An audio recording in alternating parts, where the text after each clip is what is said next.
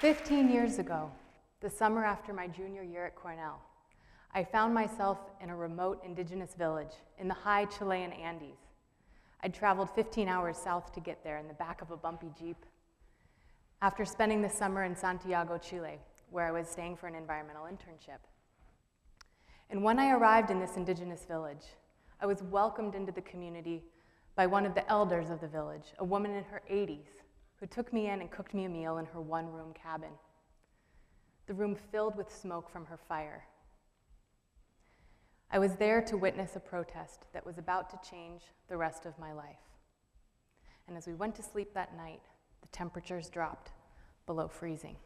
But I awoke in the morning to a bright Andean sun, and people from the village started gathering for this protest. They were there to protest the building of an enormous dam called Ralco. The villagers told me that as the dam building increased, the waters would rise, inundate their village, and they would lose everything they held dear. They would lose the ability to grow the crops on its banks, their land, and their land was their livelihood.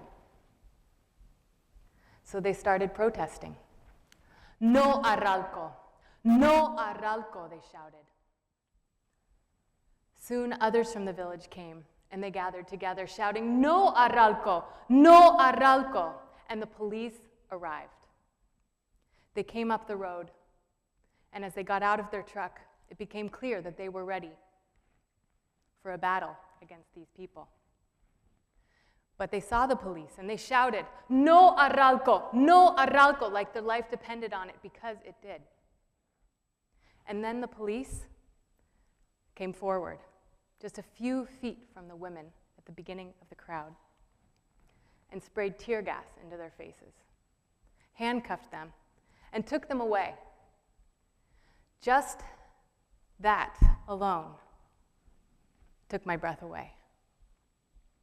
I was furious at the injustice, but also felt powerless and guilty because I was being protected by both my race and my citizenship. Just at that moment, one of the Chilean activists called to me, the man in the black hat here. Natalie, tell your government this is happening. It's your government's money funding this project through the World Bank. It was a dare to demand justice, and it's a dare I continue to respond to today. Have you ever witnessed injustice of this magnitude? It can be overwhelming to see governments and corporations and institutions abuse the rights of vulnerable groups with impunity. It's that impunity that can be the most overwhelming, but also the most compelling. I became a lawyer in order to fight impunity, determined to find a way to help communities just like this one in Chile to demand dignity and to bring accountability for the corporations and institutions that cause harm. During the decade after that call to action in Chile, I experimented with as many tools as possible to help communities access justice. So I became a lawyer. I did the traditional thing that lawyers do to help people access justice. I became an expert in using the courts. So I did have some victories, but they were few and far between. And suing people for abuses abroad requires many, many years. It requires tremendous amounts of money and teams of lawyers. So at the end of this decade, when all the victories had required that and some good luck, I came to the conclusion that for the communities whose human rights and environmental rights are abused all over the world, they just don't have litigation as an option. So it's not the best tool. What is? In 2009, I founded an organization to do something entirely different, called Accountability Counsel. Counsel because we are lawyers, legal counsel for communities around the world, and accountability because that is our mission, to help these communities bring the corporations and institutions to justice. There are 3 insights that led me to my current understanding of how best to respond to that call to action in Chile. First is that people in power aren't always the most informed. The second is that the rules of the game matter. And the third is that organizing can level the playing field. For this first insight, I take you back even further before I went to Chile. The spring of my junior year at Cornell, I spent in Washington, D.C. doing an environmental law internship. And while I was there, the Monica Lewinsky scandal erupted and everyone was abuzz with Monica Lewinsky, and there I was studying the World Bank. That's all I wanted to do, is learn about this fascinating institution whose mandate, I learned, was to alleviate poverty. Now, what was this institution whose goal was to alleviate poverty? What were they doing funding dams like the one in Chile, and mines and oil pipelines? I learned that the World Bank is an enormous institution that does $50 billion of business a year and has tremendous impacts as a result. I learned that the World Bank is governed in a strange way. Instead of one flag, one vote, like the United Nations, the World Bank is governed so that the money you put in determines how much power you have, so that the rich countries get to tell the poor countries which projects are going to happen. I learned that the projects themselves are being developed by the elites, for the most part, economists who work at the World Bank's glass and steel headquarters in Washington, D.C., who are developing these projects with companies, with elites of the governments, but they're not developing the projects with the poor themselves. So this first insight, that the people in power aren't always the most informed, taught me that it's very important for people to be able to question those people holding themselves out as the experts who are posing both the problem and its solution. That questioning those authorities can open up a whole different world of possibilities that can move forward discussion and other solutions. This led me to my second insight, which is that the rules of the game matter. Now here, I fast forward a little bit. After my first year in law school, I ran straight back to Washington, D.C. to work for the World Bank.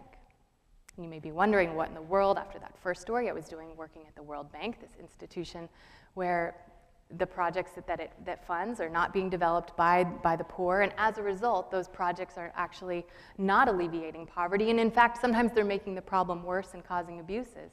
And it's people whose lives are being affected that themselves know how to alleviate their own poverty, it turns out. So what was I doing at this institution? Well, it turns out that the World Bank had a set of rules that it had developed, social and environmental rules, to govern the impacts of their projects. But a series of high-profile projects in the 80s and 90s showed that they were violating those rules regularly and in flagrant ways, so that people were still suffering from lots of abuses. So under tremendous pressure in 1994, the bank created a revolutionary new office, a complaint office, called the World Bank Inspection Panel. This inspection panel was revolutionary because for the first time, communities all over the world harmed by World Bank projects could shout their opposition and tell the world what was happening. They could file a complaint saying that those policies, those rules that governed the World Bank were being violated and causing them harm. As a result, this World Bank Inspection Panel, this complaint office, would take the complaint, do an investigation, issue a report, and that report would go to the senior leaders at the World Bank, the board of directors, who could vote on what to do about it. They could change the situation. So these people who were filing complaints were often the most ignored. They could skip, leapfrog over all levels of government, corrupt courts, local police, and file a complaint straight to the people who could make a difference. So this was powerful, and I wanted to know whether it worked. Could this inspection panel actually hold the World Bank accountable for the harm that it caused? Were the policies that governed how the World Bank Inspection Panel dealt with complaints fair to the people who filed the complaints? So in order to find out, I went to work at the World Bank at the World Bank Inspection Panel. It's at the inspection panel that I learned that the rules of the game matter. So when I got to the World Bank Inspection Panel in the year 2000, the World Bank Inspection Panel had just finished issuing a report finding that a project in China violated nearly every single one of those social and environmental rules. It involved a project moving 58,000 Chinese people into Tibet. Now, a scandal erupted when, on the eve of the World Bank's board, the leadership receiving this report about these violations, the report was leaked. It made it to the front page of the Financial Times, and as a result, China withdrew the project from consideration just before the board was about to cancel the project entirely. The rules of the game matter because the panel rules were broken in this example, showing that transparency allowed for public pressure, for media pressure, which was the key to letting the panel do its job. So those rules around transparency and the order in which those rules were written mattered a great deal. We come full circle in this example of the rules of the game mattering, because just this week the inspection panel put out some new draft rules to govern how they operate, how they assess complaints. And we're losing the game with the inspection panel unless we can change those draft rules and make them stronger, because right now they're proposing to make them weaker. So Accountability Counsel this week, we're focused on fixing that problem. The rules of the game matter. That brings us to our third insight, which is that organizing can level the playing field. There are 1.2 billion people who live in poverty on this planet. That's 1.2 billion people who are impacted by the World Bank's projects, but also by the projects of the regional development banks, the Inter-American Development Bank, the African Development Bank, the Asian Development Bank. There are about a dozen institutions like this who also are focused on alleviating poverty through these development finance projects like dams and mines and oil pipelines. They also have billion-dollar budgets, tremendous impacts. They also, however, have rules. And they also have these complaint offices. But these complaint offices, for these other accountability offices, they were created after the World Bank Inspection Panel, and as a result, they innovated. Not only do they do these investigations that the panel does, but they can also do dispute resolution, meaning a mediator can be hired and go straight to the villages where people are filing complaints so that the communities can sit down with companies and governments and negotiate a solution to their problems. So, how wonderful. We have a set of rules, we have accountability offices. All of it is meaningless unless people around the world know that they exist and know how to use them effectively, and that the rules of the game that govern those offices are fair. So that's what Accountability Counsel does. We work with communities to help them know that they have the right to complain. We help them draft complaints and get them to the right people to receive them. We help them through every stage of the process with a special focus on women who are often the most deeply harmed by these abuses, but are often the least heard. And our policy advocacy, as I mentioned, focuses on the rules of the game. So where are we working and what are we doing? We're in 17 countries. We're working with people like Raul, who's leading his community in the middle of the Peruvian Amazon, dealing with a project financed by the World Bank that's caused oil spill after oil spill after oil spill in their rivers that they depend on for food, for fishing, for their water, for everything. We're working with people like Batsugsug. He's a herder in the Mongolian South Gobi Desert, who, along with the other herders, is working on a dispute resolution process as a result of filing a complaint, challenging Rio Tinto on the impacts of the largest copper and gold mine in the world. We're working with communities in Oaxaca, Mexico, where the story of the power of organizing to level the playing field was learned again and again and again. Here in Oaxaca, 26,000 indigenous people were removed from their land in the 70s and 80s to make way for an enormous dam. Those people moved to the perimeter of the dam, where they faced a second project causing harm in more recent years. And by the time they had contacted Accountability Counsel, these communities were already feeling the harm from a proposed hydroelectric project. When they started construction, they started injecting concrete into the natural spring, contaminating water and causing people to get sick. They deforested the natural spring along its banks, and there were a host of other social and environmental impacts. So we helped them file a complaint, a mediator came, and now I pause. If I was to bring this case to you, we had 3 rural indigenous communities in Oaxaca, Mexico, and we had a large corporation financed by the US government, a federal agency, and a US investor. Who are you going to put your money on? Who's going to win? The power of organizing to level the playing field made the unexpected result the reality in this case. As we started the dialogue process, these communities organized.